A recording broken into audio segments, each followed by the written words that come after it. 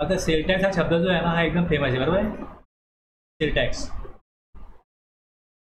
Watt येण्यापूर्वी काय होतं, सेल टॅक्स. तर सेल टॅक्स या शब्दांना काय होतं की ज्यावेळेस सेल केला जाईल, वस्तू जेव्हा विकली जाईल, तेव्हा त्याच्यावर जो टॅक्स लावायचा आहे तो हा सेल टॅक्स. आता याच्यामध्ये ज्यावेळेस व्हॅल्यू ॲडेड टॅक्स वॅट आला, त्यावेळेस सेल टॅक्स जो होता त्याचं improved version value added tax. आता हे जे व्हॅल्यू ॲडेड टॅक्स हा प्रकार जो आहे हा सेल टॅक्समध्ये नव्हता. हा सेल टॅक्समध्ये नव्हता. वेगळ्या प्रकारे गुड्सवरती वेगळ्या प्रकारे टॅक्स लावण्याची पद्धत जी आहे गुड्सवरती, ती या वॅटमध्ये होती. अगोदर आपल्याकडे सेल टॅक्स होता, त्यानंतर आपल्याकडे वॅट आला. आता भारत एक शेतीप्रधान देश होता, बरोबर आहे. म्हणजे आपलं शेती करणं हेच आपल्याला काय होतं, मुख्य व्यवसाय साधन होतं. कुठल्याही व्यक्तीचं जे इन्कम आहे हे त्या शेतीमधनं होत होतं.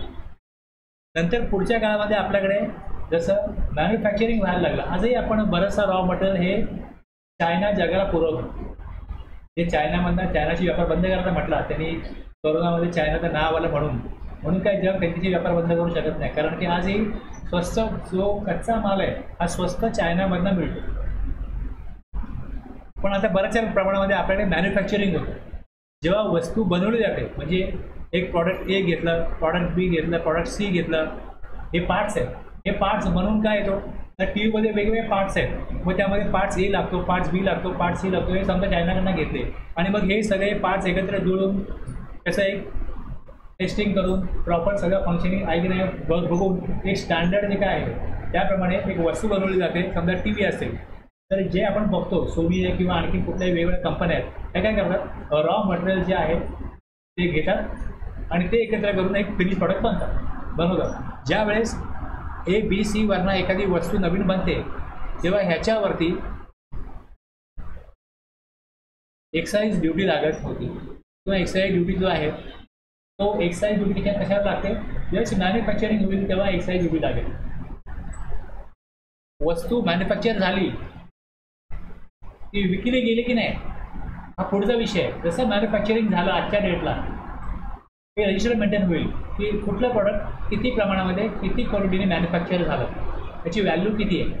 मग त्या कायद्याप्रमाणे त्याचं व्हॅल्युएशन होऊन त्याच्यावरती प्रिस्क्राईब रेट जो आहे तो एक्साईज ड्युटीमध्ये जर का 12.5% असेल तर 12.5% त्याचं व्हॅल्युएशन एक्साईजच्या लॉप्रमाणे करून किती टॅक्स देणं आहे त्या डेटला हे जसं मॅन्युफॅक्चरिंग होईल ते फिक्स होईल. मग इथे इव्हेंट काय झाला, ज्यावेळेस नवीन वस्तू बनेल म्हणजे मॅन्युफॅक्चरिंग होईल, हा त्याचा टॅक्सेबल इव्हेंट आहे.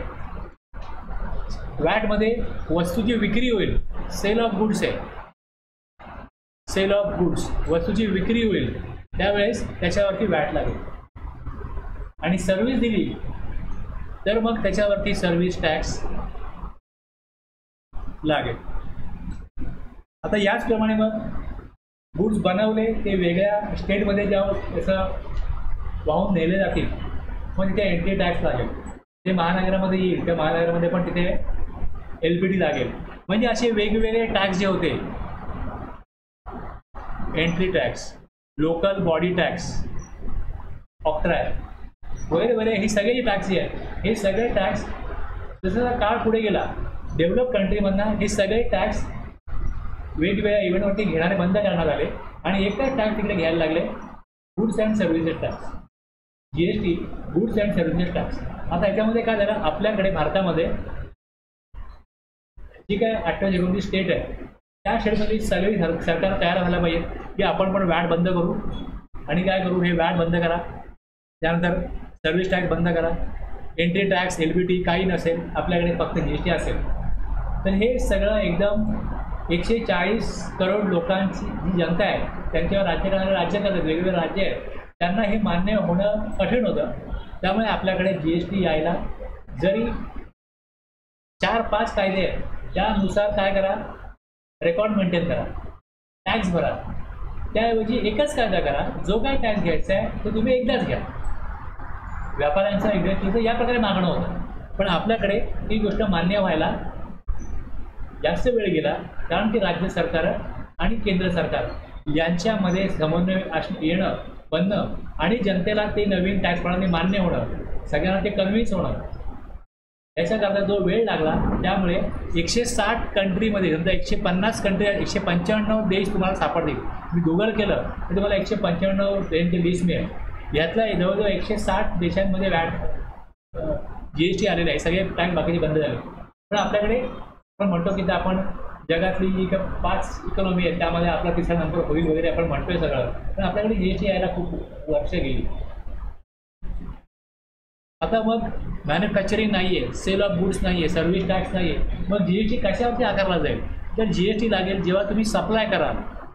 मग सप्लाय गुड्सचा करा, सर्व्हिसेसचा करा, बस मॅन्युफॅक्चरिंग करून करा किंवा मॅन्युफॅक्चरकडनं परचेस केलेले गुड्स विकून सप्लाय करा. सप्लाय करताय GST लागेल. लक्षात घ्या. मॅन्युफॅक्चरिंग हा विषय संपला GSTमध्ये. सेल ऑफ गुड्स हा विषय संपला. सर्व्हिस आहे तर सर्व्हिसचा पण सप्लाय, गुड्सचा पण सप्लाय. रेडीमेड मी गुड्स घेतले, ते TV घेऊन TV विकला तरी सप्लाय, की मी वेगवेगळे प्रॉडक्ट वेगवेगळे इनपुट्स आणले, ते त्यातनं काहीतरी प्रोसेसिंग करून मग TV बनवला, म्हणजे मॅन्युफॅक्चरिंग झालं.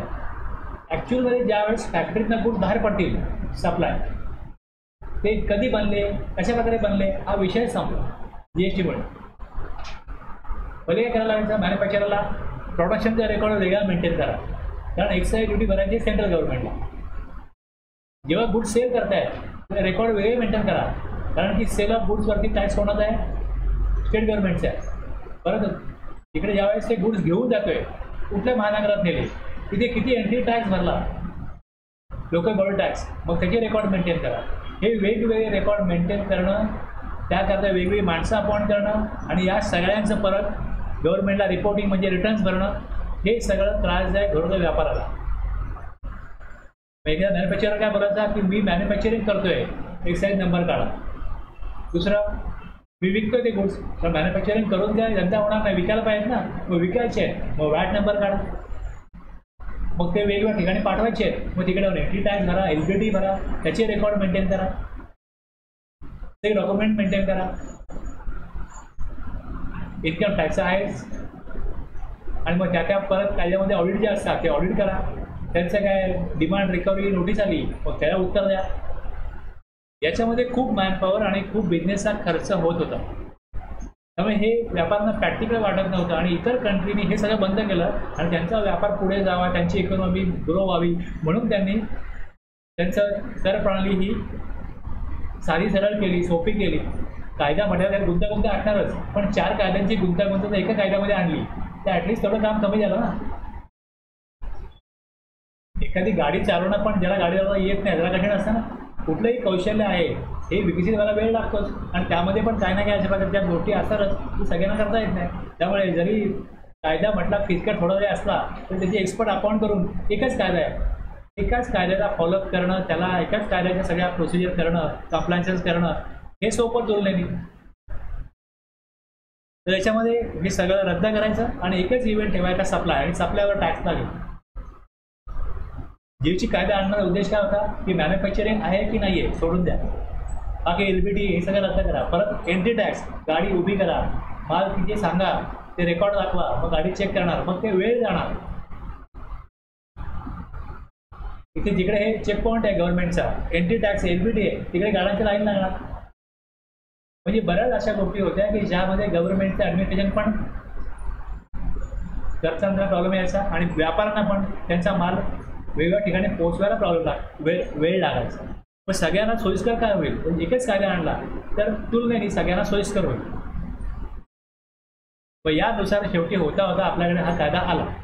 आता हा जेव्हा कायदा आला त्यावेळेस टॅक्स लागतो की नाही लागतोय, टॅक्स लागू होईल की नाही होईल हे ठरतं की सेक्शन 7 जो दिला आहे, ह्या सेक्शन 7मध्ये पहिले आपण बघणार की त्यामध्ये काही ॲक्टिव्हिटी किंवा ट्रान्झॅक्शन्स आपली जी असेल, तुमची जी ॲक्टिव्हिटी आहे, तुम्हाला हे चेक करायचं आहे की जर तुम्ही गुड्स किंवा सर्व्हिसेस विषयी एखादं ॲक्टिव्हिटी किंवा एखादं ट्रान्झॅक्शन जर करत असाल तर ह्याची जी व्याख्या आहे, डेफिनेशन आहे, त्याप्रमाणे तुमचं ट्रान्झॅक्शन किंवा ॲक्टिव्हिटी ही सप्लायचं होत असेल तर तुमच्यावरती जीएसटीची आकारणी होईल की नाही होईल हे ठरेल. आता जर माझी गुड्स किंवा सर्व्हिसेस हे सप्लायच्या डेफिनेशनप्रमाणे जर कर भरण्यास पात्र होत असतील तर मग मी बघीन की सेक्शन 9 प्रमाणे नोटिफाईड टॅक्स रेट किती आहे, 5 आहे, 12 आहे, 18 आहे, 28 हे बघीन.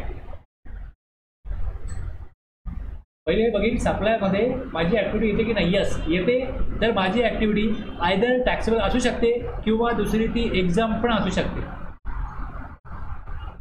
त्याला करमुक्तही केलेलं असू शकतं. तसंच जर का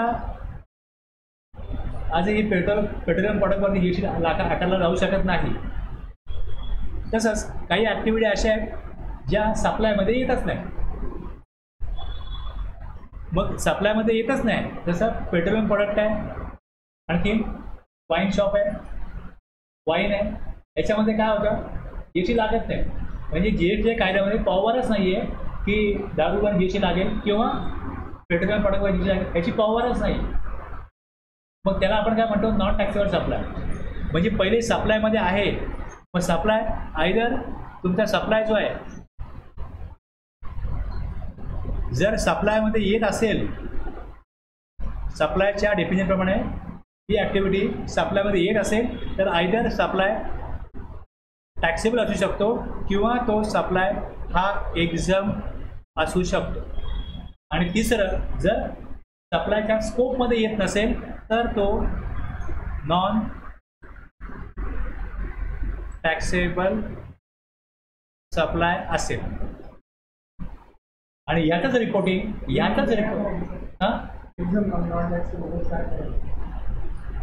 सांगतो ना, तो विषय घेतला ना, हाच विषय घेतला की कसं होतं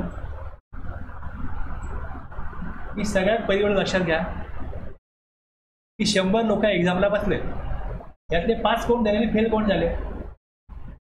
जे पास झालेत हे पुढच्या इयत्तेमध्ये जातील, जे नापास झाले ते नाही जाणार. पण जे एक्झामला बसलेच नाही यांची कॅटेगरी वेगळी आहे की नाही. असं आहे, आपल्याकडे बघितलं बघा, सप्लाय आहे की नाही. सप्लाय आहे, तर सप्लाय आहे तर मग गव्हर्नमेंटकडे पॉवर आहे की त्याच्यावरती किती टॅक्स लावायचा. 5% टॅक्स लावायचा का 12% लावायचा का 18 लावायचा का 28 लावायचा.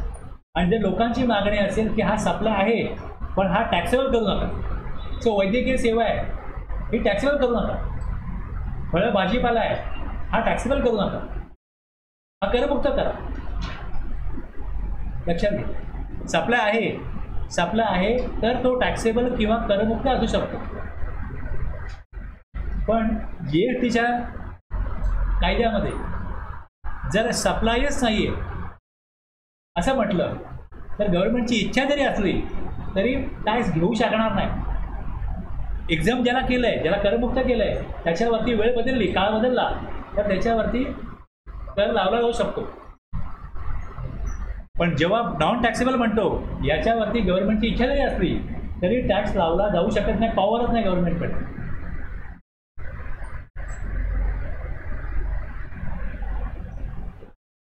म्हणजे मी जर कन्झ्युमर आहे, मी जर बायर आहे, तर मला एक्झामवरती पण टॅक्स लागत नाही आणि नॉन टॅक्सेबलवरती पण जीएसटी लागत नाही. माझ्याकरता सेम असलं तरी पण जर क्लासिफिकेशन बघितलं तर क्लासिफिकेशनमध्ये जीएसटी लागणार नाही आहे या एक्झामवरती, पण मग दुसऱ्या कुठल्या कायद्यात पण टॅक्स लागणार नाही. वाईनवरती कसं आहे, एक्साईज ड्युटी लागते स्टेट गव्हर्नमेंटची, वॅट पण लागतो स्टेट गव्हर्नमेंटचं. त्यामुळे जीएसटीमध्ये काय म्हटलं आहे, तो सप्लायच नाही आहे, तो नॉन टॅक्सेबल आहे, दुसऱ्या कायद्यात त्यावर टॅक्स लागतो. पण जर सप्लाय असेल तर त्याच्यावरती एक्साईज ड्युटी किंवा वॅट लागण्याचा प्रश्न नाही, कारण की त्याच्यावरती जीएसटीची आकारणी होऊ शकते. मग गव्हर्नमेंटकडे चॉईस आहे, त्याला टॅक्सेबल ठेवायचा का एक्झाम ठेवायचा. त्यामुळे तुम्ही जीएसटी 3B बघाल त्यात टॅक्सेबल सप्लाय वेगळा दाखवायचा असतो आणि एक्झाम सप्लाय वेगळा दाखवायचा असतो आणि नॉन टॅक्सेबलसाठी वेगळा कॉलम दिला. जर मी आउटवर्ड सप्लाय केला आहे, जर मी विक्री केली आहे आणि त्याच्यावरती जर मला सप्लायच्या डेफिनेशनप्रमाणे तो माझी जे ॲक्टिव्हिटी आहे किंवा माझं ट्रान्झॅक्शन असेल तर ते टॅक्सेबल असेल, किती अमाऊंट टॅक्सेबलची आहे मी तिकडे दाखवेन, एक्झाम्प्ट आहे तिकडे दाखवेन. पण जर माझा वाईन शॉप किंवा पेट्रोल पंप आहे त्याची अमाऊंट मी वेगळी दाखवेन. त्याचा कर वेगळ्या कायद्यात भरायचा आहे, पण GSTच्या कायद्यामध्ये त्याचं रिपोर्टिंग करायचं आहे.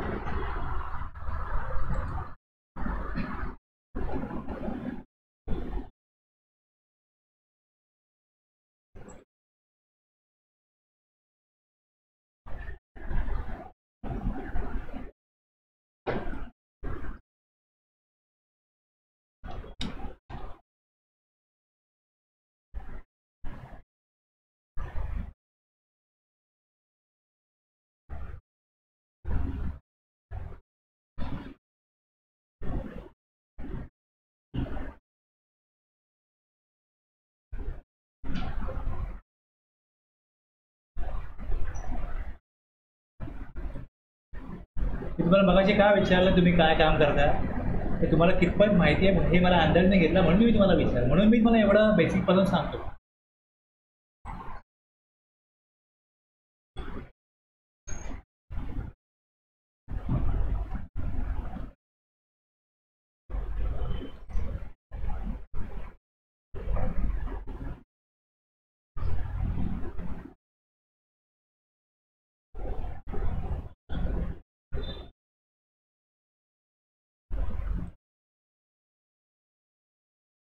आता हा GST 3B आहे, बरोबर आहे.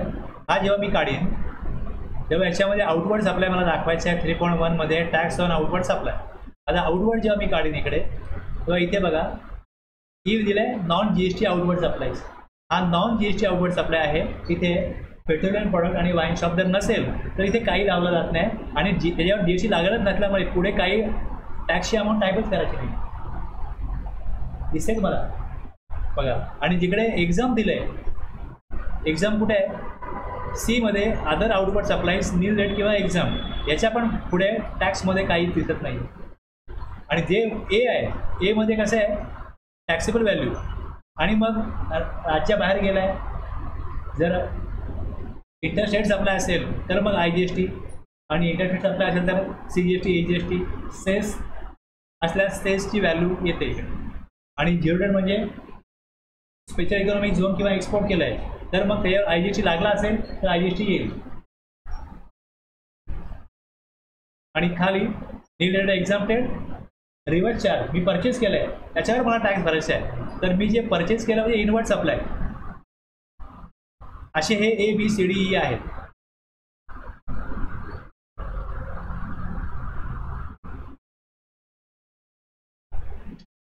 कळला फरक? टॅक्सेबल बोलल्यावरती काय येतं, एक्झामवरती काय येतं, नॉन टॅक्सेबलवरती काय येतं. आता इथे कसं आहे की समजा मी LUD काढलं असेल, LUD लेटर ऑफ अंडरटेकिंग किंवा बॉन्ड, तर IGST न भरता एक्सपोर्ट करता येतो. लेटर ऑफ अंडरटेकिंग किंवा बॉन्ड हे जर असेल तर without payment of IGST supply करता येतो, टॅक्स भरायचा नाही आहे. एक्झाम सप्लाय टॅक्स भरायचा नाही आहे, नॉन GST आहे टॅक्स भरायचा नाही आहे. म्हणजे तुम्हाला वर्कर आणि तिन्ही सेमच वाटतील ना. सप्लाय केला आहे पण टॅक्स काय गव्हर्नमेंटकडे जमा करायचा नाही आहे. पण गव्हर्नमेंट करता 3 वेगळ्या कॅटेगरी आहेत की आम्ही त्या प्रॉडक्टला सप्लाय म्हणून आमच्या लॉप्रमाणे तुमचं ट्रान्झॅक्शन किंवा तुमचं ॲक्टिव्हिटीज ही सप्लायमध्ये येते, पण ती टॅक्सेबल असेल तर A मध्ये दाखवा. तुम्ही तेच प्रॉडक्ट एक्सपोर्ट केलं तर B मध्ये दाखवा. तुम्ही तेच जे प्रॉडक्ट गव्हर्नमेंटनी सप्लायमध्ये येतं पण एक्झाम केलं आहे किंवा रेट नीट ठेवला आहे ते C मध्ये दाखवा. ज्याच्यावर गव्हर्नमेंट टॅक्स घेऊ शकत नाही, पेट्रोलियम प्रॉडक्ट किंवा वाईन असेल तर ते विकलं असेल तर नॉन GST मध्ये दाखवा. आलं लक्षात? म्हणजे एखाद्या व्यक्तीचा टर्नओव्हर कुठल्या ट्रान्झॅक्शनप्रमाणे किती होतो हे त्यांना पाहिजे. तुमच्या दृष्टीने तुम्ही टॅक्स घेणारच नाही यार, एक्सपोर्ट करा, एक्झाम सप्लाय करा किंवा नॉन GST सप्लाय करा, तुमच्याकरता काय फरक पडत नाही. तुमच्याकरता 2 कॅटेगरी, एक टॅक्सेबल आणि एक नॉन टॅक्सेबल. तुम्ही तुमच्याकरता असं म्हणू शकता तुमच्या सोयीसाठी. पण कायद्यामध्ये त्यांनी तुम्हाला कॅटेगरी 4 दिल्या. हा परचेसची कॅटेगरी सोडली तर सेलच्या कॅटेगरी त्यांनी 4 दिल्या. लक्षात घ्या.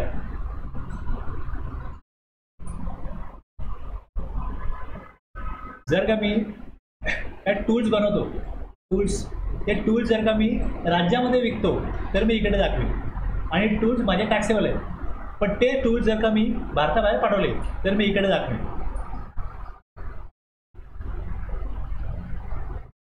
आणि दुसरं माझे काय प्रॉडक्ट एक्झाम्प्ट असतील तर मी इकडे दाखवेन. आणि माझं वाईन शॉप असेल तर त्याच्या सेलची व्हॅल्यू मी इकडे दाखवेन. 4 कॅटेगरी आहेत. मला 4 प्रमाणात 4 प्रकारे रेकॉर्ड मेंटेन करायला लागतील आणि त्या प्रकारे रिपोर्टिंग करायला लागेल.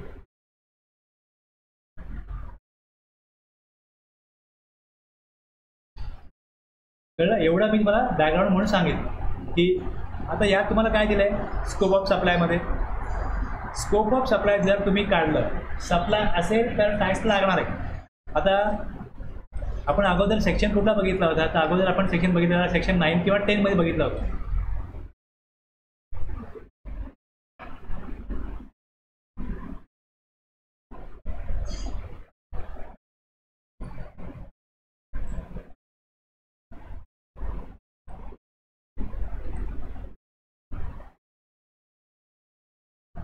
सेक्शन 9 मध्ये लेवी आणि कलेक्शन. इथे काय होतं की subject to the provision of section 2 there shall be levied a tax called. आता CGST टॅक्स कशावर लागेल, there shall be levied a tax intrastate supplies. काय होतं, सप्लाईज. मग सप्लाय असेल तर सप्लाय कसला आहे, गुड सर्व्हिसेस और बोथ. सप्लाईज तर मग सप्लायवर टॅक्स लागेल, सप्लायवर टॅक्स लागेल. मग एक सेक्शन 9 मध्ये सप्लाय झाला तर टॅक्स लागणार. मग सप्लाय आहे की नाही हे सांगितलं आहे सेक्शन 7. जर माझी ॲक्टिव्हिटी, माझं ट्रान्झॅक्शन सप्लाय 7 म्हणजे सेक्शन 7 प्रमाणे सप्लाय होत नसेल तर GSTची आकारणी होणार. एक्झाम्पल तुम्हाला सांगतो की जो व्यक्ती एखाद्या ठिकाणी नोकरी करतोय तो त्या ऑर्गनायझेशनमध्ये एम्प्लॉई आहे.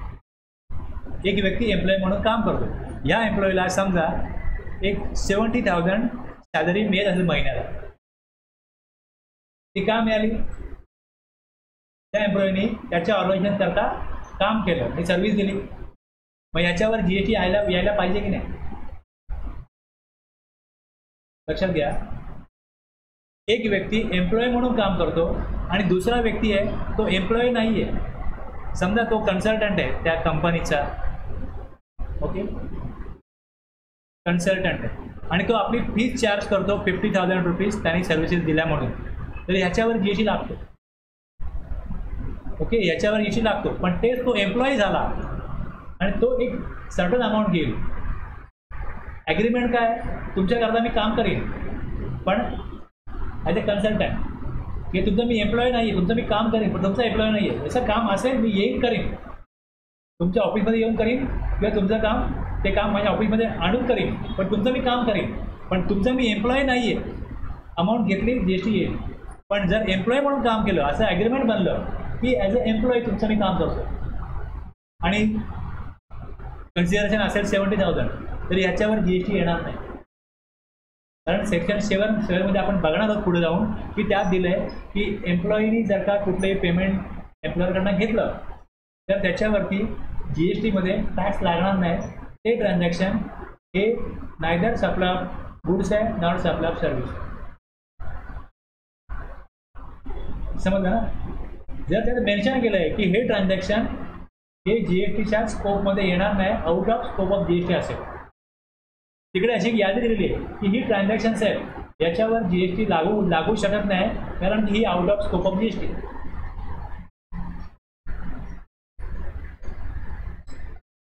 समजलं काय म्हणतो. म्हणजे इथे सेक्शन 7 आहे. या सेक्शन 7 मध्ये मी या वाचाल तेव्हा इकडे एक सबसेक्शन आहे, हा 1A आहे, हा 2 आहे, 3 आहे. 7 मध्ये हे 4 सबसेक्शन आहेत. त्यामध्ये परत आणखीन क्लॉजेस आहेत, AB इकडे पण आहे, ABC. आणि तुम्ही याच्यामध्ये जेव्हा वाचाल इकडे शेड्यूल 1 दिसतं, शेड्यूल म्हणजे सूची, इथे पण दिसतं, त्याला शेड्यूल म्हणा, स्केड्यूल म्हणा. ओके, 1, 2, 3. तर हे 3 शेड्यूल जे आहेत हे खाली आहेत.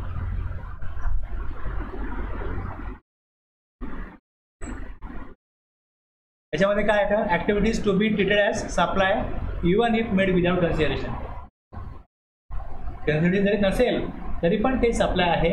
अशी याच्यामध्ये चार काय आहेत, चार ॲक्टिव्हिटी किंवा चार त्यामध्ये असणारी ॲक्टिव्हिटीज किंवा ट्रान्झॅक्शन्स आहेत. 1 2 3 4.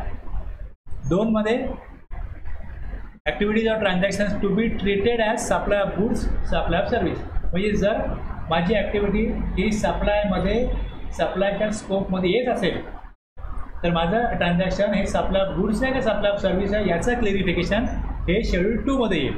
आणि शेड्यूल 3 जे आहे याच्यामध्ये हे दिलेलं आहे, activities or transactions which shall be treated neither as supply of goods nor supply of services. आणि याच्यामध्ये पहिलाच पॅरा असा आहे की services by an employee to the employer in the course of or in relation to his employment. Services देतोय तो का employ म्हणून देतोय.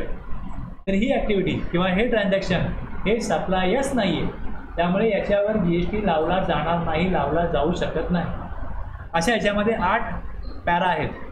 तिसरे 8 आहे. हे 8 पॅरा जे आहेत या ॲक्टिव्हिटी किंवा ही ट्रान्झॅक्शन्स ही सप्लाय नाही आहे, त्यामुळे याच्यावर GST येणार नाही. कळलं?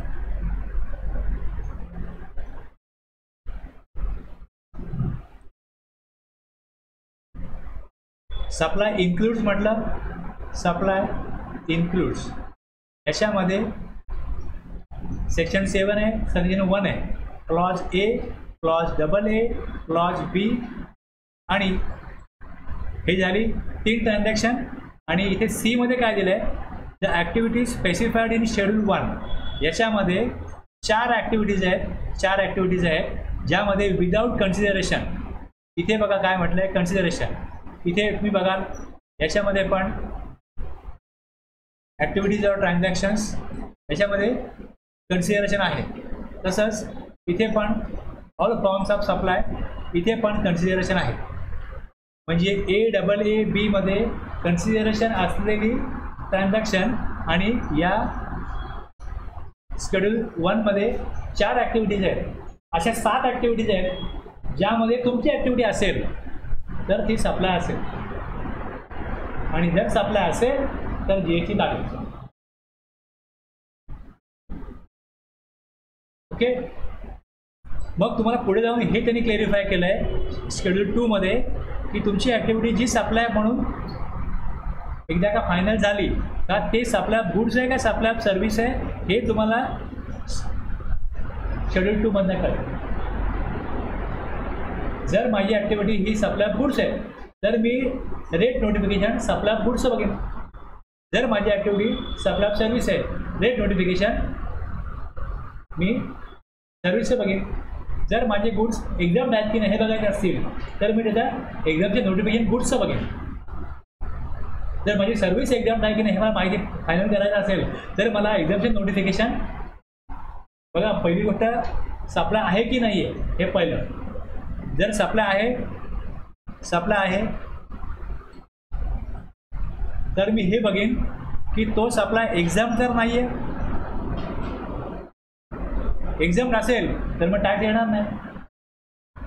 जर सप्लायमध्येच येत नाही तर GST येणारच नाही. पण सप्लायमध्ये येत आहे मग हे बघीन सप्लाय आहे पण एक्झाम आहे की नाही.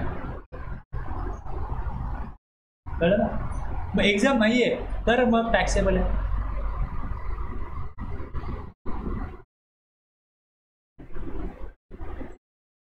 मी एवढा वेळ का घेतोय की जेवढं वाटतं तेवढं सोपं नाही आहे म्हणून आपण बॅकग्राऊंड पहिले समजून घ्यायला एवढा वेळ घेतो. जवळजवळ अर्धा तास झाला. आता आपण हा विषय सुरू करून आता अर्धा तास झाला. आता आपण सेक्शनला जे टच करतोय पण इथपर्यंत यायला आपला अर्धा तास गेला सेक्शन समजून घ्यायला. की आपण समजून काय घेतोय की एखादी ॲक्टिव्हिटी एखादा पर्सन जर करत असेल तर ती ॲक्टिव्हिटी सप्लायच्या डेफिनेशनमध्ये येत असेल तर त्याची ॲक्टिव्हिटी ही टॅक्सेबल असू शकते किंवा एक्झाम असू शकते. जर एक्झाम नाही आहे तर टॅक्सेबल असेल. मग ते बघावं लागेल.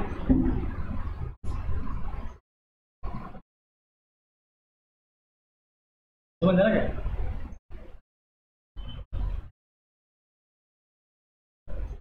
आता आपण पहिले बघा काय काय बघायचं आपल्याला. मिनिंग आणि स्कोप ऑफ सप्लाय बघतोय, जो दिला आहे सेक्शन 7 मध्ये. आता हे बघत असताना आपल्याला शेड्यूल 1, शेड्यूल 2 आणि शेड्यूल 3 सूची वेगळी यादी आहे त्याचा विचार करायचा. आता याच्यामध्ये शेड्यूल 1 मध्ये 4 अशी ट्रान्झॅक्शन आहेत ज्यामध्ये विदाउट कन्सिडरेशन जरी सप्लाय झाला तरी पण त्याच्यावर GST द्यायला लागेल.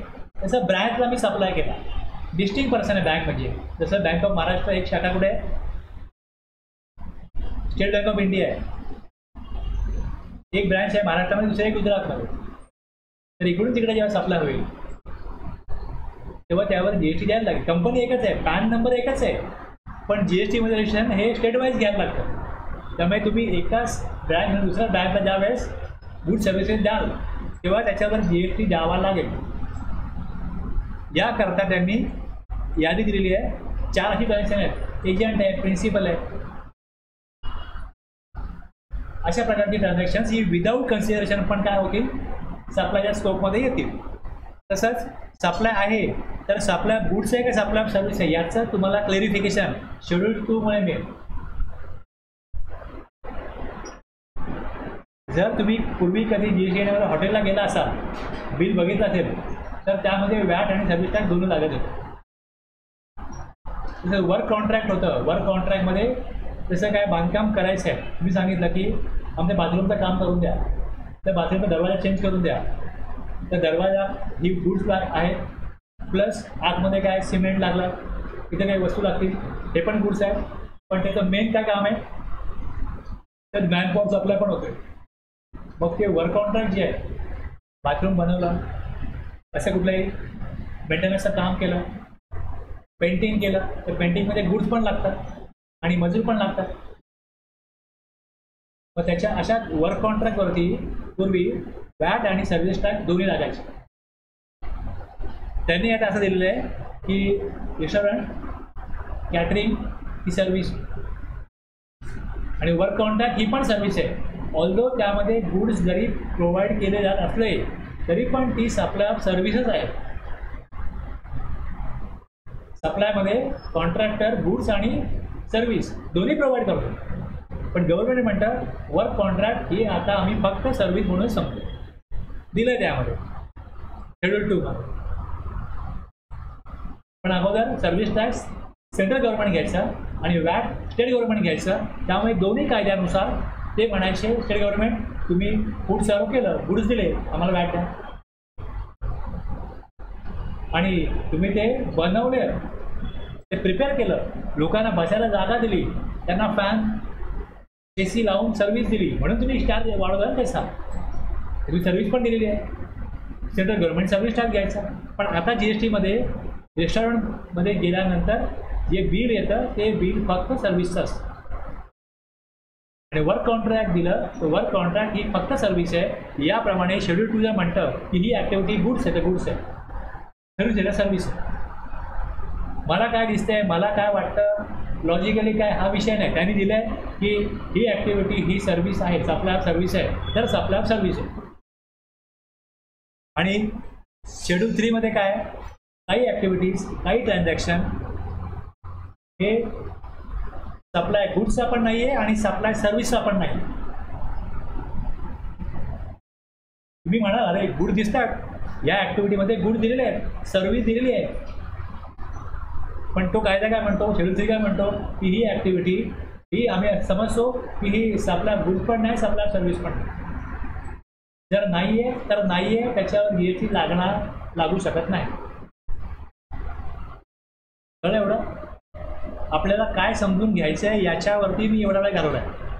आता ॲक्च्युली आपण सेक्शन 7 त्यातलं सबसेक्शन 1 आणि क्लॉज A ला सुरुवात करतोय. For the purpose of this act the expression supply includes all form of supply of goods, services or both such as म्हणजे काय होईल, फॉर एक्झाम्पल जसं sale, transfer, barter, exchange, licence, rental, lease, disposal. Disposal म्हणजे समजा माझ्याकडे goods आहेत ते मी विकत नाही आहे, ते मी स्क्रॅपमध्ये दिले, भंगारमध्ये दिले, फेकून दिले, कुठल्याही प्रकारे ते गुड्स बाहेर गेले. सेल म्हणजे बाहेर जातील, ट्रान्सफर म्हणजे काहीतरी गुड्स शिफ्ट केले. ओके. बार्टर म्हणजे काय होतं, मी तुम्हाला ए प्रॉडक्ट दिला, तुम्ही बी दिलं. एक्सचेंज म्हणजे काय होईल, मी तुम्हाला ए प्रॉडक्ट देतो, तुम्ही बी देता, प्लस मला काय कॅश देता, म्हणजे एक्सचेंज झालं. एक्सचेंज ऑफरमध्ये तुम्ही जुना फ्रीज देता, नवीन फ्रीज मिळतो, पण तुम्हाला कॅश पण द्यायला लागतो. जुना फोन देता, कॅश पण, जुनी कार देता, नवीन कार मिळते, पण तुम्हाला कॅश पण द्यायला लागते. बार्टरमध्ये कसं होतं, ए वस्तू दिली, बी घेतली, किंवा ए सर्व्हिस दिली, बी गुड्स घेतले, हे बार्टर आहे. लायसन्स, सॉफ्टवेअर वापरायचं लायसन पाहिजे. मला वाईन शॉप चालवायचं आहे, लायसन पाहिजे. लायसन म्हणजे एक प्रकारची परमिशन आहे काहीतरी करण्यासाठी, लायसन्स. रेंटल आणि लीज. ओके. मी जागा वापरण्याला दिली, रेंटवर दिली. मी गोडाऊन करायला जागा दिली, लीज.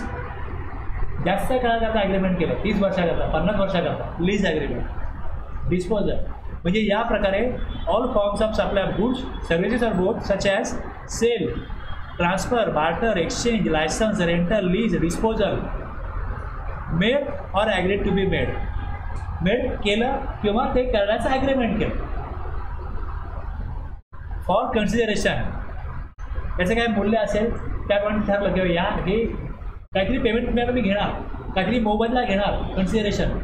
आणि बाय अ पर्सनने केलं. पर्सन कोण असेल, इंडिव्हिज्युअल असेल, पार्टनरशिप फर्म असेल, ट्रस्ट असेल, कंपनी असेल, गव्हर्नमेंट असेल, पर्सनमध्ये ते बघायचं आहे आपल्याला पुढे जाऊन.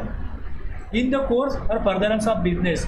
मग बिझनेस ती ॲक्टिव्हिटी बिझनेसची आहे, बिझनेसची पण वेगळी डेफिनेशन आहे. त्याप्रमाणे बिझनेस आहे म्हणजे गुड्सची एक डेफिनेशन बघायची आहे आपल्याला. सर्व्हिस म्हणजे काय हे बघायचं आहे. त्यानंतर मेड किंवा ॲग्रीड टू बी मेडचा पण अर्थ समजून घ्यायचा आहे. कन्सिडरेशनची पण डेफिनेशन दिलेली असेल, पर्सनची पण डेफिनेशन दिलेली असेल, ती बघायची आहे. बिझनेसची पण डेफिनेशन आहे पुढे, हे सगळं बघायचं आहे. त्यावेळेस तुम्हाला या वाक्याचा अर्थ नक्की लॉ मेकरला का अपेक्षित आहे हे कळेल. तुमचा आणि माझा अर्थ नाही घ्यायचा आहे. लॉ मेकरचा अपेक्षित अर्थ आपल्याला काढायचा असेल तर आपल्याला गुडची डेफिनेशन, सर्व्हिसची डेफिनेशन आणि बाकी हे शब्द जे आहेत, sale, barter, licence, lease, transfer, exchange, rental, disposal, made or agreed to be made, consideration, person आणि बिझनेस, हे सगळं व्यवस्थित कळलं तर तुम्हाला त्याचा व्यापक अर्थ कळेल. 95 ट्रान्झॅक्शन्स या 7(1)A मध्येच येतात. याला आपल्याला जास्त वेळ लागेल, बाकी त्याला वेळ लागणार नाही. मिनिंग ऑफ गुड्स मी बघायला जाल तर मिनिंग ऑफ गुड्समध्ये दिलं आहे, डिफाईन केलं आहे मिनिंग ऑफ गुड्स. पण तुम्ही इथे जेव्हा येता तुम्हाला इकडे सेक्शन 2 आहे.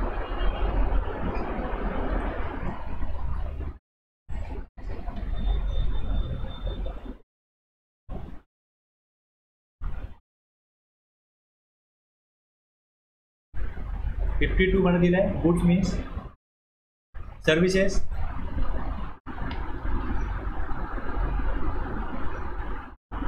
हे बघा इथे पर्सन आहे person.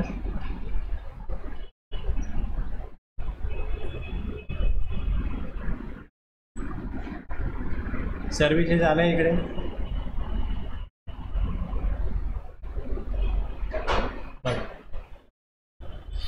Goods means every kind of movable property, जे उचलून कुठेतरी शिफ्ट करता येतं, मुव्हेबल अशी प्रॉपर्टी. इन्क्लूड्स, याच्यामध्ये इन्क्लूड काय होईल, मुव्हेबल प्रॉपर्टीमध्ये इन्क्लूड काय होईल, ॲक्शनेबल क्लेम. ॲक्शनेबल क्लेम त्यांनी वेगळं सांगितलं आहे की सर्व प्रकारच्या मुव्हेबल प्रॉपर्टी गुड्स आहेत, त्याचबरोबर ॲक्शनेबल क्लेम पण गुड्स आहेत. तसंच growing crops, grass, things attach to forming part of the land.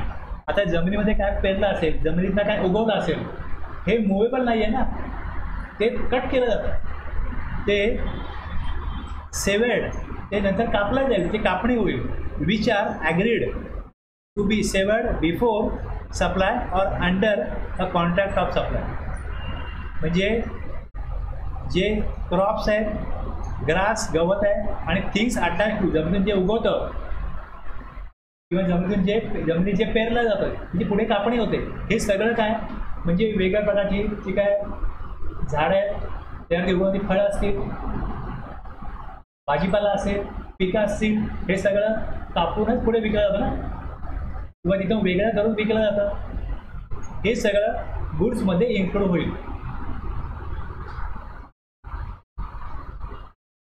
आता जेव्हा मुव्हेबल प्रॉपर्टी वर दिलंय, तर मुव्हेबल प्रॉपर्टीचा अर्थ काय काढायचा, तर तो अर्थ मुव्हेबल प्रॉपर्टीचा जो अर्थ आहे हा GSTच्या कायद्यामध्ये डिफाईन केलेला नाही.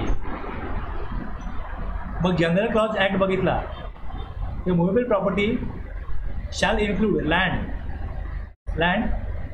डिफाईन कुठे केलं आहे, इमूव्ह प्रॉपर्टीमध्ये डिफाईन केलं. इमूव्ह प्रॉपर्टीमध्ये की shall include land, benefit arise out of land and things attach to earth आणि permanently fasten to anything attach to the earth. हे कशामध्ये का इमूव्हेबल प्रॉपर्टीमध्ये. म्हणून त्यांनी काय केलं की जर का इमूव्हेबल प्रॉपर्टीचा अर्थ बघितला तर जे जमिनीला चिकटलेलं आहे किंवा जमिनीमध्ये जसं मोबाईल टॉवर आहे हा जमिनीमध्ये काढलेला आहे, तर हा मूळ आहे करताय, झाड जमिनीमध्ये आहे ते मूळ आहे करताय, हे सगळं काय होईल इमूव्हेबल प्रॉपर्टी येईल. म्हणून त्यांनी काय केलं इकडे वर दिलं की every kind of movable property आणि जमिनीमध्ये काय आहे तर crops, grass, things attach to किंवा forming part of the land ही जमिनीमध्ये आहे, ते जर का त्याचं तसं ॲग्रीमेंट झालं आहे की before supply of or under a contract or supply, जे कापलं जाणार आहे हे सगळं काय येईल गुड्समध्ये येईल. जर हे दिलं नसतं तर मग याच्याविषयी संभ्रम निर्माण झाला असता, म्हणून इन्क्लूड करून ते दिलेलं आहे की फळं, भाजीपाला, धान्य, गवत सगळं जे असेल हे कशामध्ये असेल हे गुड्समध्ये इन्क्लूड होईल.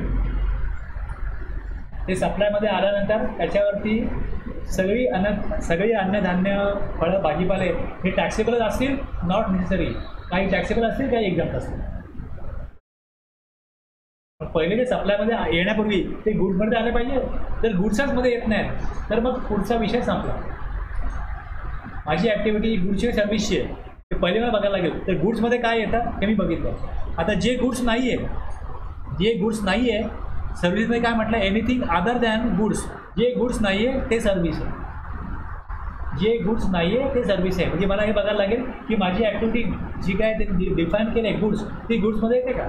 Every kind of movable property includes actionable claim काय मी सांगतो तुम्हाला, आणि पुढे हे दिलेलं आहे ते, आणि काय म्हटलं एक्सक्लूड्स मनी आणि सिक्युरिटीज. त्यामध्ये मनी आणि सिक्युरिटीज येणार नाही. कशामध्ये, गुड सर्व्हिसेसमध्ये, दोन्हीमध्ये मनी आणि सिक्युरिटी हे गुड्स पण नाही आहे, सर्व्हिस पण नाही आहे. पण ॲक्टिव्हिटीज रिलेटेड टू मनी, म्हणजे जर तुम्ही पैसे बँकेत ठेवलेत, डिपॉझिट केले आणि विड्रॉ करताय, तर विड्रॉ करण्याची सर्व्हिस तुम्हाला ATM मध्ये मिळते. मग तुम्हाला ATMने चार्ज लावला 20 रुपये. Use of money, activities relating to use of money, money वापरण्याकरता तुम्हाला बँकेतनं विड्रॉ करायला लागतील, आणि विड्रॉ करण्याकरता कोणाला देण्याकरता तुम्ही ड्राफ्ट बनवता, तर ड्राफ्टवरती चार्ज लावला असेल तर यूज ऑफ मनी आहे. ATMमधनं पैसे विड्रॉ केले, जसं आपण RTGS करतो, बँकेने चार्जेस लावले, चेक रिटर्न केला, चार्जेस लावले, तर हे काय यूज ऑफ मनी विषयी जर का मॅटर काय असेल तर हा सर्व्हिसमध्ये इन्क्लूड होईल.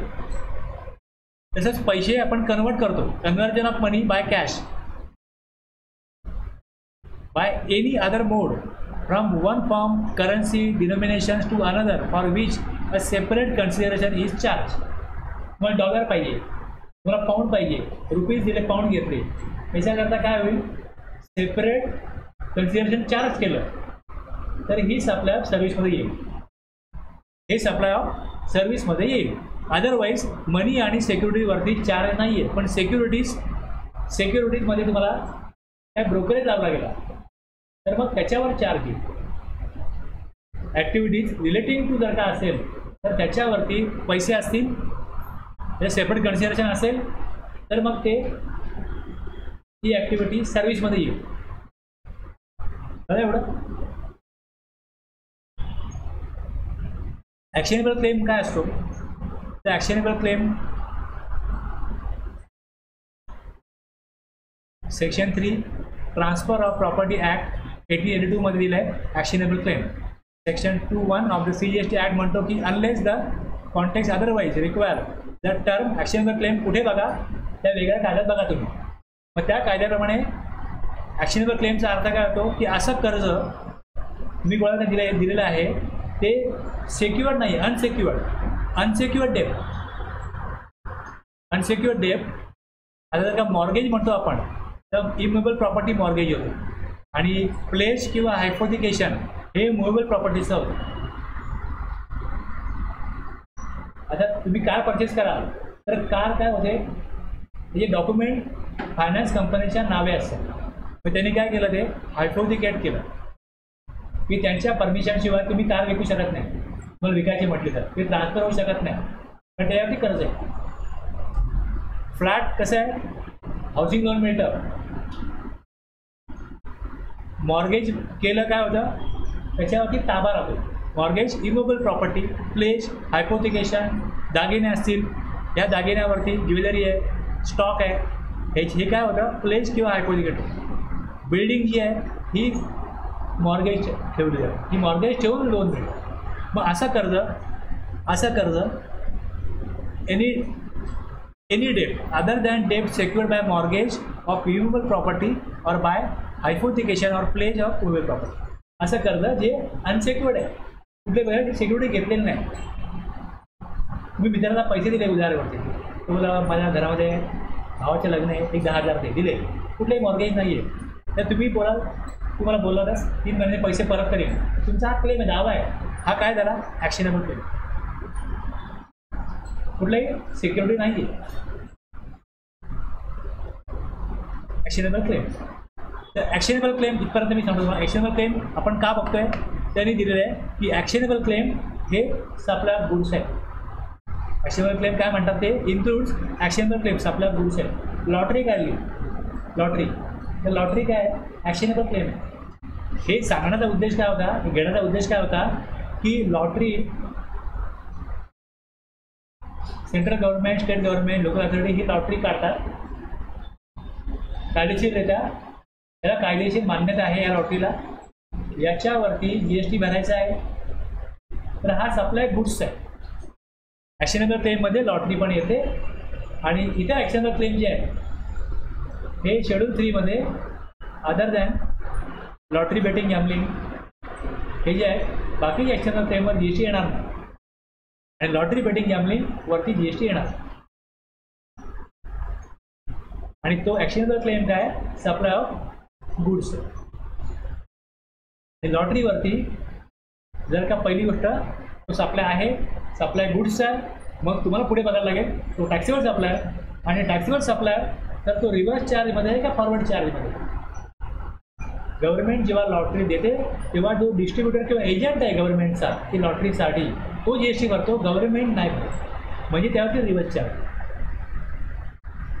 गुंतागुंत बघा कशी वाढत जाते की पहिल्यांदाच ते गुड्समध्ये आहे ॲक्शनेबल क्लेम. लॉटरी आणि बेटिंग गॅम्बलिंग जे आहे ही कशामध्ये येतं, तर ॲक्शनेबल क्लेममध्ये येतं. ॲक्शनेबल क्लेम काय, गुड्स आहे. पण लॉटरी बघितली तर लॉटरी कोणाची असते, central government, state government, local authority, त्यांचे जे डिस्ट्रीब्युटर किंवा एजंट आहे त्यांना गव्हर्नमेंट ती लॉटरी देणार, आणि मग ते पुढे स्टेटमध्ये त्या किंवा कंट्रीमध्ये पुढे डिस्ट्रीब्यूट करणार. आता ही जी लॉटरी आहे ही ॲक्शनेबल क्लेम आहे, आणि ह्याच्यावरती GST ॲप्लिकेबल आहे. तो गुड्सचा सप्लाय असेल, आणि GST कोण जमा करेल, तर गव्हर्नमेंट लॉटरीला GST मागणार नाही एजंटकडे. एजंट जमा करेल गव्हर्नमेंटच्या वतीने. तो परचेस करतोय आणि पुढे विकतोय, तर तो परचेसवरती टॅक्स भरतो, डिस्ट्रीब्युटर किंवा एजंट. ते रिव्हर्स चार्ज. गव्हर्नमेंटचं काम आहे लॉटरी द्या, GST जमा करण्याचं काम कोणाचं आहे, जो परचेस करेल त्याचं आहे.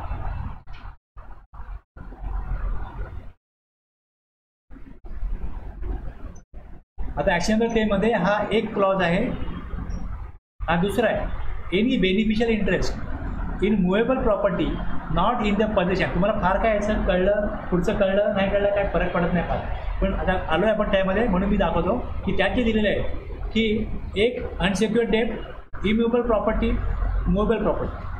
अनसेक्युअर्ड डेट जे अनसिक्युअर्ड डेप्ट आहे, कुठल्याही प्रकारे काही मॉर्गेज घेतलेलं नाही आहे. दुसरं काय म्हटलं आहे, beneficial interest in movable property not in possession. Beneficial interest आहे मुवेबल प्रॉपर्टीवरती जी माझ्या पोझिशनमध्ये नाही आहे. What is beneficial interest? Beneficial interest in the right to receive the benefit of on asset held by another party. माझी movable asset property तुमच्याकडे आणि त्याच्यावरती बेनिफिट घेण्याचा माझा अधिकार आहे, त्याला म्हणतात बेनिफिशियल इंटरेस्ट. तो बेनिफिशियल इंटरेस्ट अस्तित्वामध्ये आहे म्हणजे एक्झिस्ट करतो किंवा तो पुढे एक्झिस्ट होईल. आज मला नाही आहे, पण समजा माझं वय 21 झालं का मला मिळणार आहे. आता जर काही ॲग्रीमेंट असेल तर तो आज माझा वय 18 असेल तर मला मिळणार नाही, 21 होईल तेव्हा मिळेल. ओके. किंवा जर एखाद्या व्यक्तीने ठराविक प्रकारच्या कास्टमधल्या जातीभर लग्न केलं तर त्याला मिळणार नाही, कास्टमध्येच लग्न केलं तर मिळणार आहे. अशी का अट आहे, तर लग्न होईल तेव्हा मिळेल, तर ॲक्रुइंग अशी घटना घडेल तेव्हा मिळेल. तसं कंडिशनल म्हणजे ही कंडिशन पण आहे की त्यांनी लग्न केलं पाहिजे आणि ते कास्टमधल्या मुलीशीच केलं पाहिजे तर त्याला तो बेनिफिट इंटरेस्ट मिळणार आहे. किंवा मग कॉन्टिंजेंट आकस्मिक किंवा प्रासंगिक असं घडलं तर मग त्यावेळेस ते घडेल. म्हणजे तो एक्झिस्टंट अस्तित्व आहे किंवा अस्तित्वामध्ये येईल पण अटी शर्तीप्रमाणे किंवा काय घटना घडेल त्याप्रमाणे असा बेनिफिशियल इंटरेस्ट, तेव्हा त्याला जो क्लेम आहे तो क्लेम काय ॲक्शनेबल क्लेम आहे.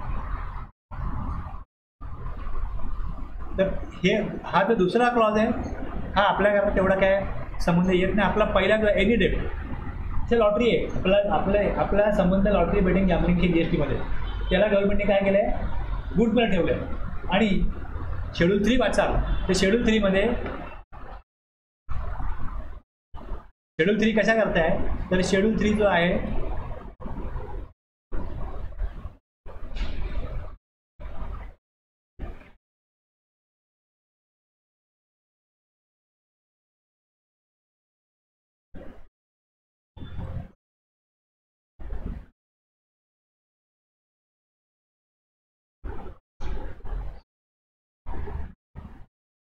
इथे काय म्हटलंय बघा वरती की activities or transactions which shall be treated neither as supply of goods nor a supply of services. आणि इथे दिलं स्पेसिफाईड ॲक्शनेबल क्लेम. पहिले इथे लॉटरी बेटिंग आणि गॅम्बलिंग होतं, आता काय दिलं स्पेसिफाईड ॲक्शनेबल क्लेम. म्हणजे जे रमी वगैरे आहे हे पण त्यांनी त्यात कव्हर केलं. म्हणजे जे पुढे ते अजून एक थोडं पाहिजे वाक्य, एक मिनिट थांबा दाखवतो काय ते कसं आहे actually.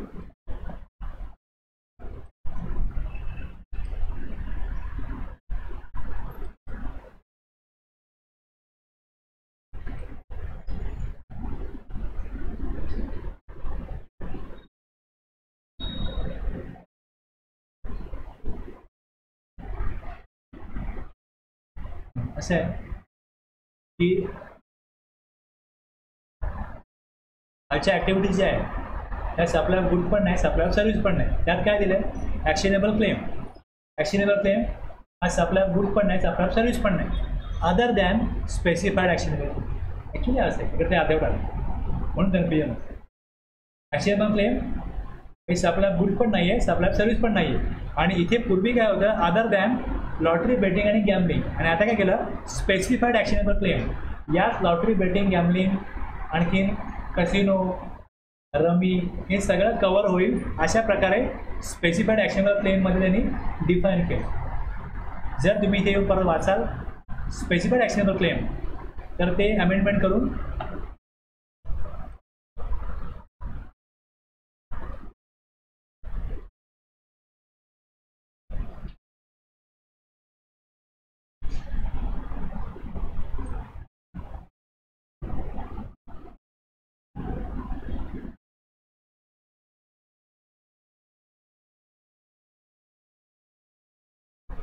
specified actionable claim means the actionable claim involved in or by way of betting, casino, gambling, horse racing, lottery आणि ऑनलाईन मनी गेमिंग हे सगळं आलं. म्हणजे यात त्यांनी रमी वगैरे सगळे विषय कव्हर केले. पहिले फक्त एक्सेप्ट लॉटरी बेटिंग आणि गॅम्बलिंग एवढंच होतं. तर बेटिंग आणि गॅमलिंग बरोबर त्यांनी कसिनो, हॉर्स रेसिंग, लॉटरी हे सगळं त्यामध्ये, म्हणजे लॉटरी आणि बेटिंग आणि लॉटरी होतं. मग आता त्यामध्ये casino, gambling, horse racing, online money gaming हे सगळं कवर केलं. म्हणजे हे काय सप्लाय गुड्समध्ये येईल, ॲक्शनेबल क्लेम सप्लाय गुड्समध्ये येईल. आणि इथे काय म्हटलं आहे शेड्यूल 3 मध्ये की जे ॲक्शनेबल क्लेम आहेत other than specified actionable claim ती neither supply goods nor supply service आहे. पण हे जे आहे हे त्यातनं वगळले, म्हणजे याच्यावर GST लागणार. तरतूद त्यांनी चेंज केली. त्यांना अगोदरच्या वर्डिंगप्रमाणे हे जे कसिनो आणि हॉर्स रेसिंग आणि ऑनलाईन गेमिंग हे प्रॉपर कवर होत नव्हते. जसा काळ बदलला या प्रकारच्या ॲक्टिव्हिटीज व्हायला लागल्या, त्याच्यावर ते GSTच्या स्कोपमध्ये आणण्याकरता त्यांनी ॲक्शनेबल क्लेम हा सप्लाय गुड्स आहे आणि त्याच्यावरती GST लागणार नाही शेड्यूल 3 प्रमाणे एक्सेप्ट लॉटरी, बेटिंग आणि गॅमलिंग असं होतं. तिकडे त्यांनी काय केलं की other than actionable claim, other than specified actionable claim. हे जे स्पेसिफाईड ॲक्शनेबल क्लेम आहेत म्हणजे इथे मी पैसे लावले, जर मला नंबर आला तर मला माझा दावा राहील की मला तुम्ही बक्षीस द्या जे ठरलेलं आहे. ही जी ॲक्टिव्हिटी आहे ही सप्लाय गुड्सची असेल, कळलं. आणि ज्या वेळेस तुम्ही व्हॅल्युएशन बघितलं होतं त्यात तिथे होतं, त्यातही अमेंडमेंट केली गेली व्हॅल्युएशनमध्ये, पण रूल अमेंडमेंट केला गेला की किती व्हॅल्यूवर GST लागेल. जर तुम्ही एखाद्या ऑनलाईन गेमसाठी 500 रुपये जर का तिकडे इन्व्हेस्ट करता आणि त्याचं बक्षीस जर का 5 लाख आहे तर 500 रुपयावर GST लागेल तर किती रुपये GST लागेल हे व्हॅल्युएशनमध्ये येईल. कुठल्या व्हॅल्यू म्हणजे जे जो पार्टिसिपंट करतोय त्यामध्ये त्याकडनं जी व्हॅल्यू घेतली जाते ती व्हॅल्यू कशासाठी आहे की त्या व्हॅल्यूवर GST लागू होईल.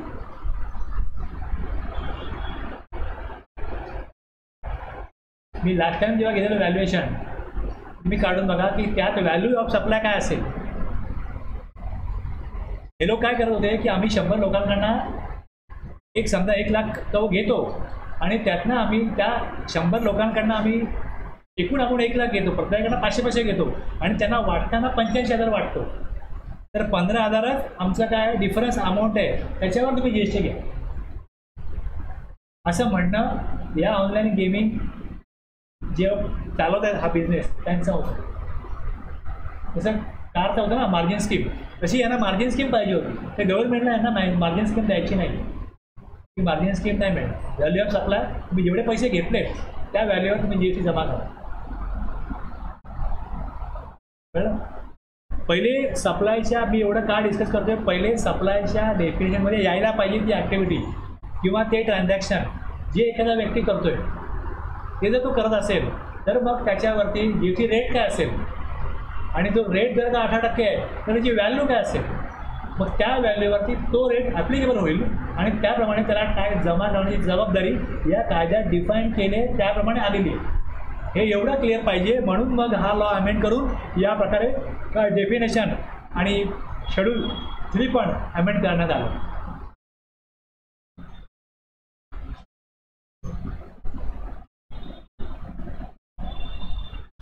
ओके, मी पुढे जातो का ॲक्शनेबल क्लेमसाठी एवढं बोललो मी. मनी आहे ते मनी डिफाईन केलं आहे. मनी म्हणजे फक्त नोटा आणि कॅश नाही, तर मनी कशा प्रकारे दिले घेतले जातात. तर एक इंडियन लीगल टेंडर आपल्याला माहिती आहे, नोटा आणि कॉईन्स. तसंच foreign currency, cheque, promissory note, bill of exchange, letter of credit, draft, pay order, traveller cheque, money order, postal और electric remittance, other instrument recognized by RBI, reserve bank of India. आणि खरे काय म्हटलं, when use as consideration to settle an obligation. बरोबर आहे. मी तुम्हाला सांगितलं मला तुम्ही फीज द्यायची आहे, तुम्ही कसं द्याल, चेक द्याल, ड्राफ्ट द्याल, हे सगळं मनीमध्ये येतं. हे लक्षात घ्या.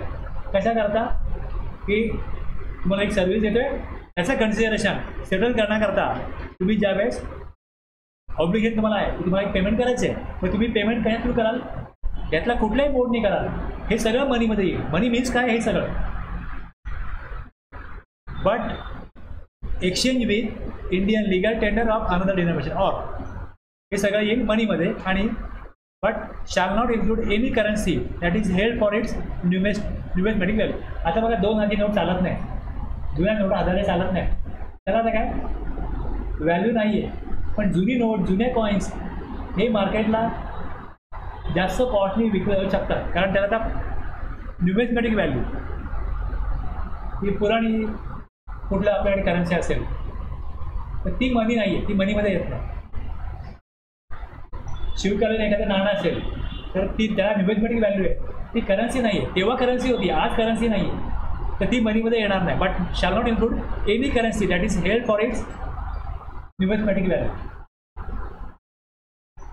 मनी is neither goods nor services under GST and therefore GST is not applicable. पण काय म्हटलं की जर का तुम्हाला मनी एक्सचेंज करायचं आहे, तुम्हाला तो ड्राफ्ट बनवायचा आहे म्हणून सेपरेट कन्सिडरेशन घेतलं असेल तर ती ॲक्टिव्हिटी सर्व्हिसमध्ये येईल.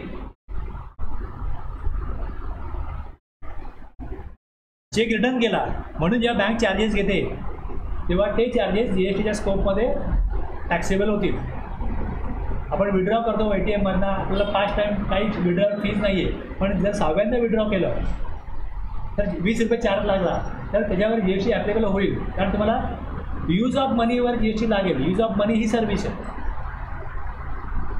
जे वरती बघितलं आपण includes activities related to the use of money और कन्व्हर्जन ऑफ मनी किंवा सिक्युरिटीज हे ॲक्च्युली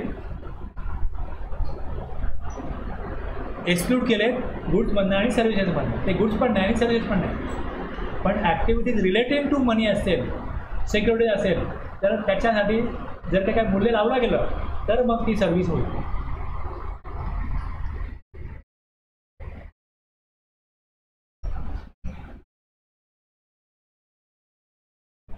ॲक्शनेबल क्लेमची एक्झाम्पल आहे ती.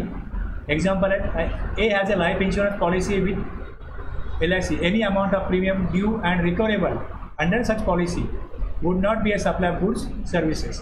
The dividend due on shares and payable would not be a supply of goods services. The right to recover insurance money, claim of arrears of rent, unsecured loan, unsecured debenture, bill of exchange, promissory note, bank guarantee, fixed deposit, receipt. हे सगळे example आहेत actionable क्लेमचे. दावा याविषयीचा आहे.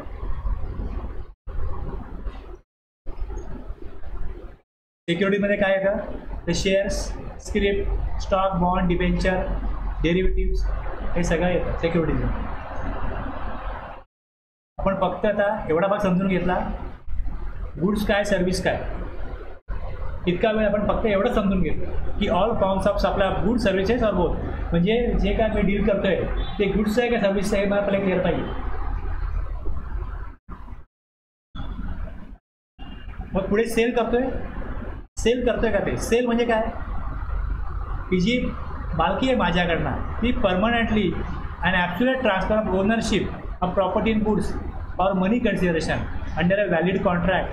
No right are left behind with the transfer. जो मालक आहे तो संपूर्ण हक्क दुसऱ्या व्यक्तीला देतो आणि त्याच्याकडनं त्याचे पैसे घेतो ओनरशिप ट्रान्सफर झाले. त्याला आपण काय म्हणतो की सेल म्हणजे काय केलं त्याला हक्क दिले त्या वस्तूची, ती वस्तू दिली आणि त्याचे हक्क दिले. Furniture house sold furniture to mister X. This will be dead as supply of goods because on sale the title of the furniture is transfer to mister X. The term sale is normally use for goods. सर्व्हिसच्या केसमध्ये जर एखादा architect असेल तर त्याचं पण profit and loss आहे, त्याचं पण बॅलन्स शीट आहे. मग तो ही सर्व्हिस देऊन जी काही कॉस्ट घेतो तो ती प्रॉफिट अँड लॉसला दाखवतो की मी सर्व्हिसची किती अमाऊंट घेतली. तर तुम्ही तिकडे त्याला म्हणू शकता की for service it can be considered as provision of service. For example mister X providing GST consultation to his client. This is a provision of service by mister X to his client. म्हणजे मला turn किती झाला असं म्हणतो मी. तर तो sale हा गुड्सचा असेल किंवा सर्व्हिस दिली म्हणून पैसे मिळाले टर्नओव्हर म्हणा, सेल म्हणा. ट्रान्सफर एक शब्द आहे. एक फॉर्म म्हटलं सेल, दुसरा म्हटलं transfer. Transfer any transfer of goods or right in goods or of undivided share in goods. Transfer of title there of.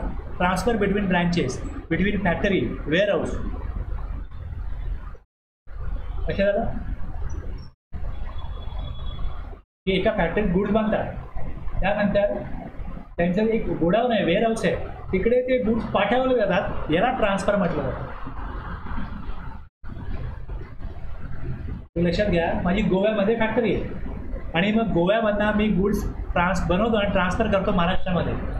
तर मी म्हणेन मी सेल नाही केले, मी ट्रान्सफर केलं, जे कुठे येईल. पण ते म्हणतात सच ॲज सेल आणि ट्रान्सफर. ब्रँचला गुड्स पाठवले आणि ब्रँच वेगळ्या स्टेटमध्ये आहे, मग तिकडे वेगळा नंबर असला पाहिजे, मग तुम्हाला तिकडे ते पाठवण्यासाठी त्याचा इनवॉइस बनवावा लागेल, GST कलेक्ट करायला लागेल, जमा करायला लागेल. ज्या ब्रँचला गेला त्याचा इनवर्स आपल्यामध्ये तो रेकॉर्ड होईल, तो ITC घेईल. पण ट्रान्सफर आहे तरी पण तो सप्लायला GST आहे. आलं लक्षात?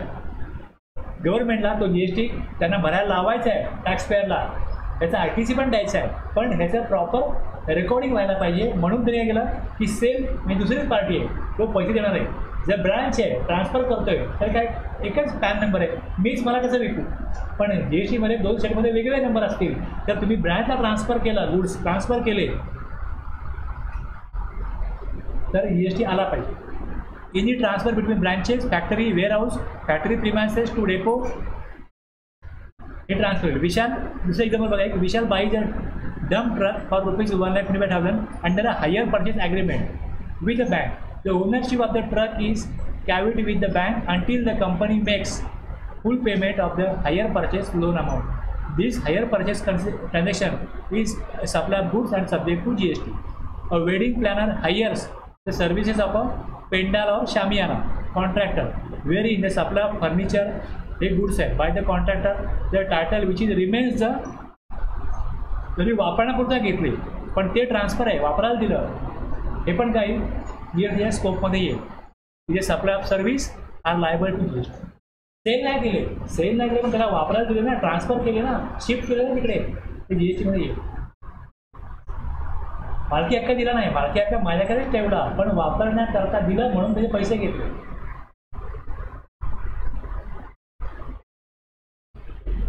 Barter, to exchange one commodity for another without use of money, यात पैसे येणार नाही. A trades his motorcycle with Mr. B's second-hand car without cash exchange between parties. A CMA providing consultancy services in return, an architect designing the house of the CMA. हे काय झालं? Barter झालं. हे barter झालं. आता बघा, real इस्टेटचा business आहे, त्यांना बिल्डिंग बांधायची, त्यांच्याकडे जमीन खरेदी करायला पैसे नाही, जमीन खरेदी करायला पैसे नाही, तर ते काय करतात, जमीन ज्याच्या असते त्याला सांगतात की तुझी जमीन आहे ना, ती मला डेव्हलपमेंट राईट्स दे, डेव्हलपमेंट राईट्स दे, तुला मी 50 फ्लॅट देतो. मग डेव्हलपमेंट राईट दिले की इथे तुम्ही 100 फ्लॅट बांधा, 50 मला द्या, तर कन्सिडरेशन काय 50 फ्लॅट. त्यांनी घेतलं काय, डेव्हलपमेंट राईट घेतलं.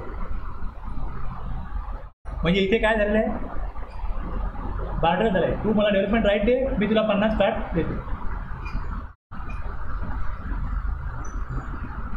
Exchange, a swap to part with give a transfer for an equivalent with the use of money. याच्यामध्ये नवीन फोन घेतला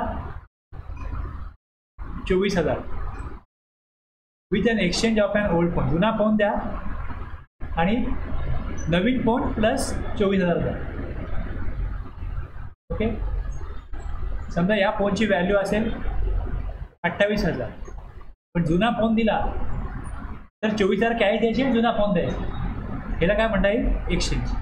लायसन्स म्हणजे एक परमिशन आहे, परमिशन ग्रँटेड बाय, जसं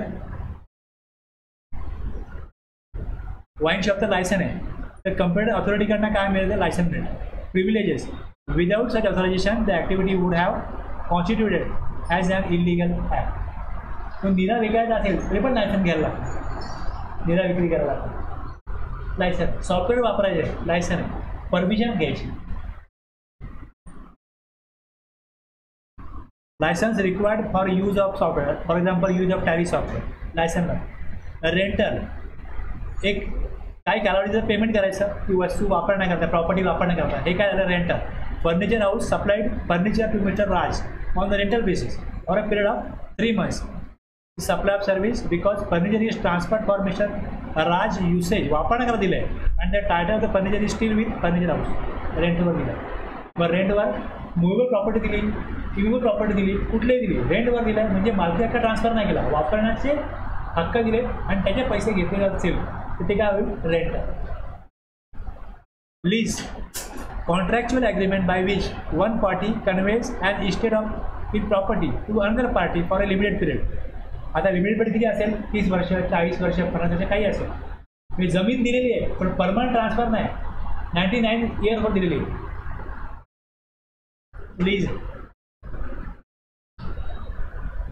mister Suresh let out land on lease to furniture house. The letting out of land on lease is considered as supply of service. Mr. Suresh lets out a building to furniture house. Furniture house use the building for display of sale furniture is supply of service. Okay.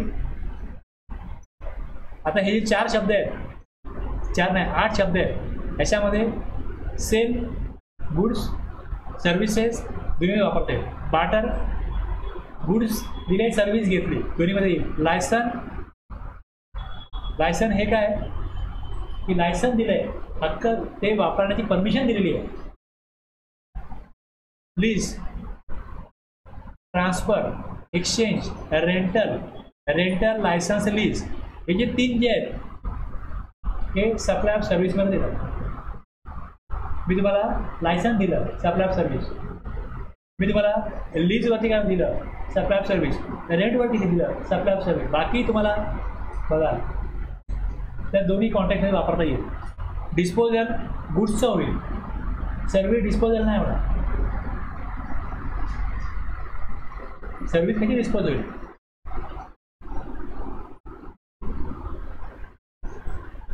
कळलं. Law मेकरनी काय डोक्यात ठेवून ते बनवलं आहे हे लक्षात घ्या, जेणेकरून एखादी ॲक्टिव्हिटी किंवा ट्रान्झॅक्शन्स हे सप्लाय आहे हे पक्का झालं पाहिजे, त्यांना त्यावर टॅक्स देण्याचा अधिकार मिळाला पाहिजे.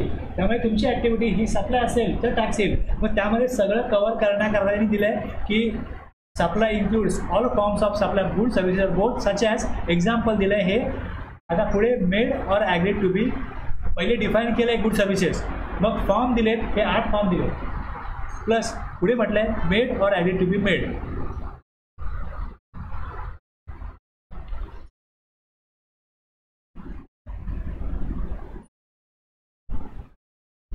Made, goods are already delivered, दिले goods, your services is already provided to the recipient, तेव्हा तुम्ही मेड वापरा. आणि ॲग्रीड टू बी मेड म्हणजे ॲग्रीमेंट घेतलं, ॲग्रीमेंट केलं किंवा ॲडव्हान्स घेतला, ॲग्रीमेंट केलं किंवा ॲडव्हान्स घेतला, मी देईन तुम्हाला पुढे. जर तुम्ही सगळे दागिने बनवायला दिले तर पहिले तुम्हाला ऑर्डर द्यायला लागेल की मला हे दागिने बनवून द्या, बांगड्या बनवून द्या. There is an agreement for supply of goods or provision of service किंवा an advance has been received against the supply of goods, supply of provision of service. आता जर का मेड म्हटलं तर mister A trader, a trader who is in the business of selling electronic items has made the delivery of TV to the customer location. TV deliver केला.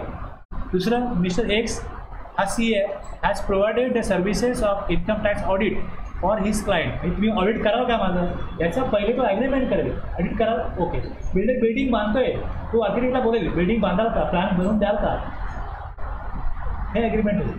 मग advance घेईल नाही घेईल पण ॲग्रीमेंट होईल, ठरेल त्यामध्ये की काम मी करणार आहे. जसं ज्वेलर आहे, trader in imitation jewellery has taken an advance from his customer miss Y to be supplied at the later. तुम्ही हे मला बुक्स पाहिजेत, मी मागून देतो, ॲडव्हान्स देऊन ठेवा,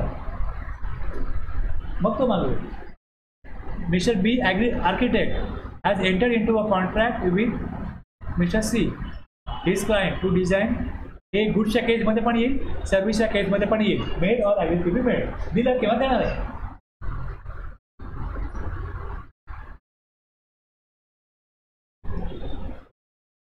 आणि हा जो बोध शब्द आहे, हा जो बोध शब्द आहे, या बोध शब्दात काय का विचारत आहे का, हा घेऊ ना, एवढं फक्त एवढंच कर. हा जो बोध शब्द आहे, या बोध शब्दामध्ये गुड सर्व्हिसेस जर दोन्ही आले तर बोध शब्द म्हणजे कसं होतं, ह्यात कुठेही काही स्पेस मिळून आहे टॅक्स चुकवायला. गुड सर्व्हिस आणि बोथ पण दिले आहे, कारण बोथचा संदर्भ असा होता की पूर्वीच्या कायद्यामध्ये जसं हॉटेलमध्ये, रेस्टॉरंटमध्ये, कॅटरिंग सर्व्हिसेसमध्ये जर गुड्स दिले तर गुड्स हे बनवायला लागतात, काही बनवायला लागतं, धान्य आणून बनवायला लागतं, म्हणजे सर्व पण करायला लागतं. त्यामुळे हॉटेलचं असेल, रेस्टॉरंटचं असेल, कॅटरर्सचं असेल तर मग तिकडे गुड्स आणि सर्व्हिस दोन्ही यायचं. आणि जसं वर्क कॉन्ट्रॅक्ट होतं जे डिफाईन केलेलं सेक्शन 2मध्ये क्लॉज 119मध्ये की building, construction, fabrication, completion, erection, installation, fitting out, improvement, हे सगळं जे आहे हे आता त्यांनी काय म्हटलं आहे, हे जे आहे ह्याच्याकरता आता त्यांनी क्रेडिट दिलेली आहे की हे जे आहे हे सप्लाय सर्व्हिस आहे. पण तरी पण कुठे लिटिगेशन मॅटर होऊ नये, टॅक्स चुकवण्याकरता कोणाला कुठे जागा मिळू नये म्हणून त्यांनी कदाचित बोथ शब्द वापरला असेल. अदरवाईज गुड्स क्लिअर केलं आहे, सर्व्हिस क्लिअर केलं आहे, तर बोथ कशाला पाहिजे. आणि अशा प्रकारे जिकडे दोन ठिकाणी असं होतं की गुड सर्व्हिस हे दोन्ही यायची, एक वर्क कॉन्ट्रॅक्टमध्ये आणि दुसरं हॉटेलच्या केसमध्ये वस्तू दिसते पण ते बसून ते खायला घालतायत, ही सर्व्हिस पण देत आहे. कॅटरर्स आहे, तो वस्तू आणतोय पण त्याला ते सर्व करण्याचा आपण कॉन्ट्रॅक्ट दिलं आहे. लग्नामध्ये तो जेवण बनवणार आहे, बनवणं ही सर्व्हिस आहे आणि गुड्स पण देतोय, वाढतो पण आहे, त्याची माणसं वाढतात पण आहे. मग त्यामुळे काय होतं, ह्या दोनमधलं त्यांनी गुड सर्व्हिसेस दोन्ही होते.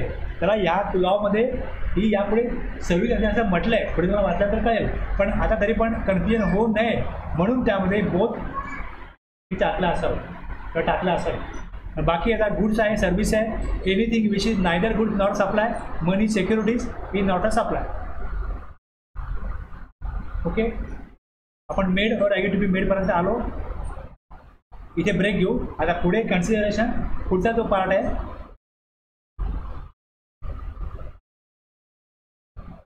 तो ब्रेक नंतर घेऊया. ओके, कन्सिडरेशन आणि बिझनेस, पर्सन आहे आणि बिझनेस, एवढं आपलं झालं क्लिअर. तर हा आपला सेक्शन 7(1) हे कम्प्लीट होईल.